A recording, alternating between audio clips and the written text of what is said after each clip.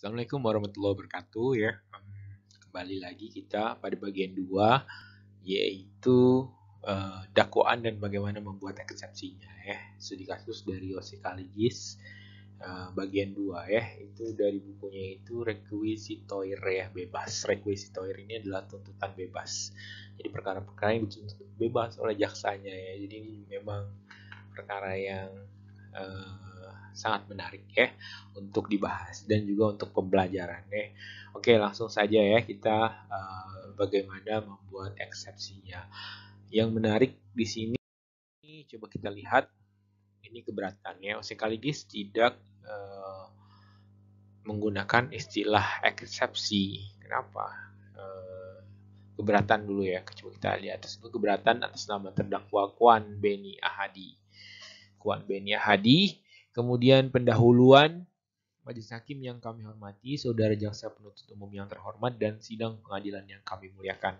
Seperti yang telah kita dengar pada persidangan yang lalu, Jaksa Penuntut Umum di depan persidangan telah membaca surat dakwaannya yang merupakan dakwaan tunggal ya, terhadap Saudara Kwan Beni Ahadi yang pada dasarnya perbuatan terdakwa melanggar dan diancam dengan pasal 372 KUHP ya.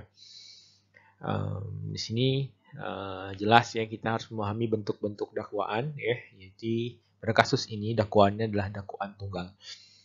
Kemudian majelis hakim yang kami muliakan, saudara jaksa penuntut yang terhormat ya. Keberatan atas surat dakwaan jaksa penuntut umum lebih dikenal dengan istilah eksepsi ya, yang seharusnya tidak lagi digunakan karena terminologi yang dikenal dalam HIR itu tidak dikenal dalam KUHP ya. HIR adalah perdata ya, sudah. Eksepsi itu tidak dikenal dalam KUHP. Arti dan makna sebuah keberatan dapat diketahui dan dipahami dalam pasal 143 KUHP. Ya. Menurut hemat kami, eksepsi mempunyai multi makna terhadap surat dakwaan penuntut umum. Ya,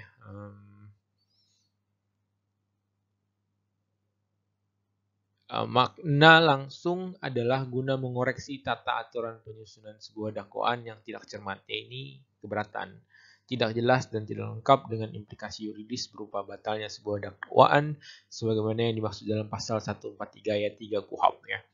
Dan sekaligus membahas berwenang atau tidak berwenangnya suatu pengadilan mengadili suatu kasus ya, diterima atau tidak diterima sebuah dakwaan dan apakah telah memenuhi persyaratan hukum sebagai kasus pidana atau bukan. Ini terkait dengan keberatan ya, atau bahasa kita umumnya adalah eksepsi ya. Oke, sekarang eksepsi.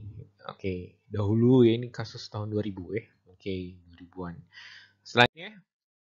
Selain itu, walaupun keberatan tersebut tidak diterima, tetapi tentunya mempunyai makna yaitu dapat dijadikan sebagai pembuka tabir permasalahan kasus yang tertuang dalam dakwaan tersebut atau setidak-tidaknya sejak awal telah dapat dilihat warna yuridis yang profesional atau tidak dari jaksa penuntut umum dalam meneliti dan menyimak kasus yang tertuang dalam dakwaan tersebut ya. Kemudian bahwa selanjutnya mengenai keberatan yang diajukan tersebut dalam pasal 156 ayat 1 KUHP dinyatakan ya, dikutip dalam hal terdakwa atau penasihat hukum mengajukan keberatan. Bahasanya di sini memang adalah keberatan ya, bahwa pengadilan tidak berwenang mengadili perkaranya atau dakwaan tidak dapat diterima atau surat dakwaan harus dibatalkan, maka setelah diberi kesempatan kepada penuntut umum untuk menyatakan pendapatnya, hakim mempertimbangkan keberatan tersebut untuk selanjutnya mengambil keputusan ya. Oke, ini dia. Terus itu normatifnya ya. Kemudian majelis hakim yang kami hormati, saudara jaksa penuntut umum yang terhormat, dan sidang pengadilan yang kami muliakan. Adapun keberatan yang kami ajukan ini meliputi sistematika sebagai berikut. Jadi ada dua keberatannya. Satu tentang identitas terdakwa yang tidak jelas. Surat dakwaan saudara jaksa penuntut umum termasuk dalam ruang lingkup perdata ya intinya. Oke, satu identitas terdakwa yang tidak jelas. Kedua, perkara ini adalah masuk dalam ruang lingkup perdata menurut Osekaligus dan Associates ya. Keterangan satu, ini tema utamanya ya, tangkisan utamanya. Satu tentang identitas terdakwa yang tidak jelas, bahwa saudara jaksa penuntut umum dalam surat dakwaannya yang menyangkut mengenai identitas terdakwa, khususnya mengenai nama terdakwa tidak jelas ya. bahwa dalam dakwaannya saudara jaksa penuntut umum mencantumkan nama terdakwa adalah Beni Kuan Ahadi. Ya, jadi dalam dakwaan tadi namanya adalah Beni Kuan Ahadi, di mana nama tersebut adalah bukan nama dari terdakwa, bukan. Karena apa? Beni Kuan Ahadi, nama terdakwa berdasarkan atas kartu tanda penduduk KTP ya adalah Kuan Beni Ahadi. Jadi di dakwaan Beni Kuan Ahadi, sedangkan di KTP tertulis adalah Kuan Beni Ahadi. Bahwa dengan demikian identitas terdakwa sebagaimana terdapat dalam dakwaan adalah berbeda dengan identitas terdakwa sebagaimana terdapat dalam kartu tanda penduduk. Oke. Ketidakjelasan pada identitas terdakwa tersebut juga menyebabkan uraian dakwaan dalam surat dakwaan pun menjadi tidak jelas dan tidak cermat ya. Kemudian bahwa pasal 143 ayat 2 huruf A dan B KUHP menyatakan dikutip ya, penuntut umum membuat surat dakwaan yang diberi tanggal dan ditandatangani serta berisi nama lengkap, tempat lahir, umur dan tanggal lahir atau tanggal lahir, jenis kelamin, kebangsaan, tempat tinggal, agama, dan pekerjaan tersangka. Uraian secara cermat, jelas, dan lengkap mengenai tindak pidana yang didakwakan dengan menyebutkan waktu dan tempat tindak pidana itu dilakukan ya. Oke, pasal selanjutnya ya. Pasal 143 ayat 3 KUHP menyatakan surat dakwaan yang tidak memenuhi ketentuan sebagaimana dimaksud dalam ayat 2 huruf B adalah batal demi hukum ya. Jadi batal demi hukum.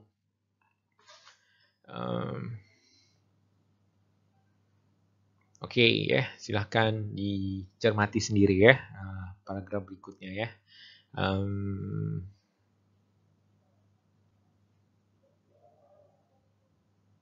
Oke, intinya sudah dapat ya. Kita selanjutnya. Nah, bahwa ternyata setoran tambahan modal yang diperlukan adalah sebesar Rp 6 miliar ya, jadi sehingga kekurangan sebesar 1,5 miliar mempergunakan dana pribadi Kuan Beni Ahadi gitu ya. Bahwa Bank Orient sejak bulan Maret 99 jadi bank beku kegiatan operasi ya BPKO dan hingga sekarang berada di bawah BPPN.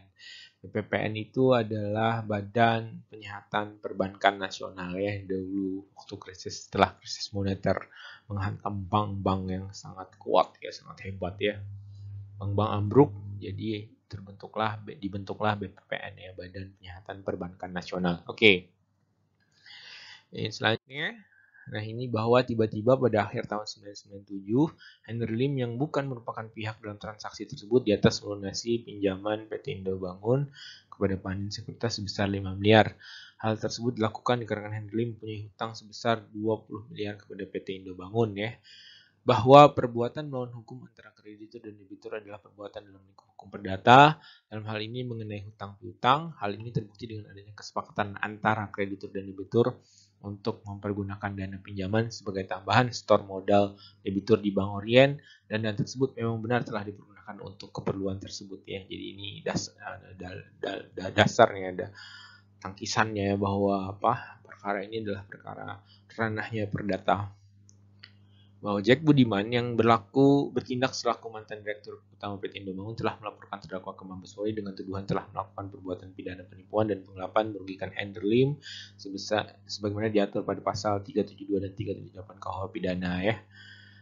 Bahwa perbuatan hukum yang terjadi di antara para pihak tersebut dan sedang perbuatan hukum hutang piutang yang masuk ke dalam ranah lingkup hukum perdata, dan itu juga terlihat dari telah dilakukannya perjanjian secara lisan ya antara para pihak, baik dengan krediturnya PT Indobangun maupun di antara debiturnya klien Henry dan Aldo. Oke, bahwa terdakwa sama sekali tidak menggelapkan uang yang didapat dari pinjaman PT Indobangun karena dana tersebut telah dipergunakan untuk penambahan modal Bank Orient sesuai dengan kesepakatan para pihak. Bahwa klien kami telah mempergunakan dana pribadinya untuk menambah kekurangan setoran. Bahwa berdasarkan pasal 1 ayat 4 dari Undang-Undang Perseroan Terbatas nomor 1 tahun 1995 dinyatakan direksi adalah organ perseroan yang bertanggung jawab atas pengurusan perseroan untuk kepentingan dan tujuan perseroan serta mewakili perseroan baik di dalam maupun di luar pengadilan sesuai dengan ketentuan anggaran dasar ya. Ini masih menggunakan undang-undang perseroan yang lama ya, belum lagi undang-undang perseroan yang terbaru ya, yang terakhir ini. Oke, selanjutnya selanjutnya ini, sedangkan di dalam pasal 11 ayat 3 Anggaran Dasar PT Indobangun dinyatakan bahwa direksi berhak mewakili perseroan di dalam dan luar pengadilan ya. Kemudian bahwa baik di dalam Undang-Undang Perusahaan Terbatas maupun di dalam Anggaran Dasar PT Indobangun tidak ada diatur mengenai kewenangan mantan direksi untuk mewakili perseroan baik di luar maupun di dalam pengadilan ya, sehingga dengan diberhentikannya pelapor sebagai Direktur Utama PT Indobangun melalui rumus luar biasa tertanggal 24 Desember 1996, maka pelapor sama sekali tidak mempunyai wewenang untuk melakukan perbuatan hukum atas nama perseroan ya. Oke, baik, inilah tangkisan terhadap dakwaan ini ya, bahwa terdakwa sama sekali tidak mempunyai hubungan hukum dengan Jack Budiman karena berdasarkan fakta tersebut di atas, hubungan hukum terdakwa adalah dengan PT Indobangun ya, jadi dengan PT Indobangun bukan dengan pelapor. Oleh karena itu Kwan Beni Hadi tidak tepat untuk dijadikan sebagai terdakwa ya. Jadi ini memang didalilkan bahwa perkara ini masuk dalam ranah perdata bukan ranah pidana ya. Nah, kemudian penutup ada dua tadi keberatannya. Majelis Hakim yang mulia, saudara jaksa penuntut umum yang kami hormati, sidang yang kami muliakan. Setelah melihat uraian yang telah disampaikan dalam keberatan kami, maka sampailah kita pada bagian penutup dari keberatan ini, di mana dari keberatan kami tersebut di atas dapat disimpulkan beberapa hal yang menyangkut mengenai surat dakwaan saudara jaksa penuntut umum adalah sebagai berikut ya. Bahwa dalam surat dakwaan saudara jaksa penuntut umum, yaitu dalam bagian identitas terdakwa, khusus mengenai nama terdakwa adalah tidak jelas atau kabur ya. Berbeda dengan identitas terdakwa ya. Oke. Identitas di surat dakwaan dengan identitas KTP itu adalah berbeda ya. Jadi ini yang menyebabkan dakwaan ini menjadi tidak jelas atau kabur ya. Oke, selanjutnya. Kemudian ini pasalnya ya, pasal 143 ayat 2 huruf A dan B KUHP tadi. Kemudian konsekuensinya adalah batal demi hukum itu ya. 143 ayat 2 huruf B adalah batal demi hukum ya konsekuensinya. Konsekuensi dari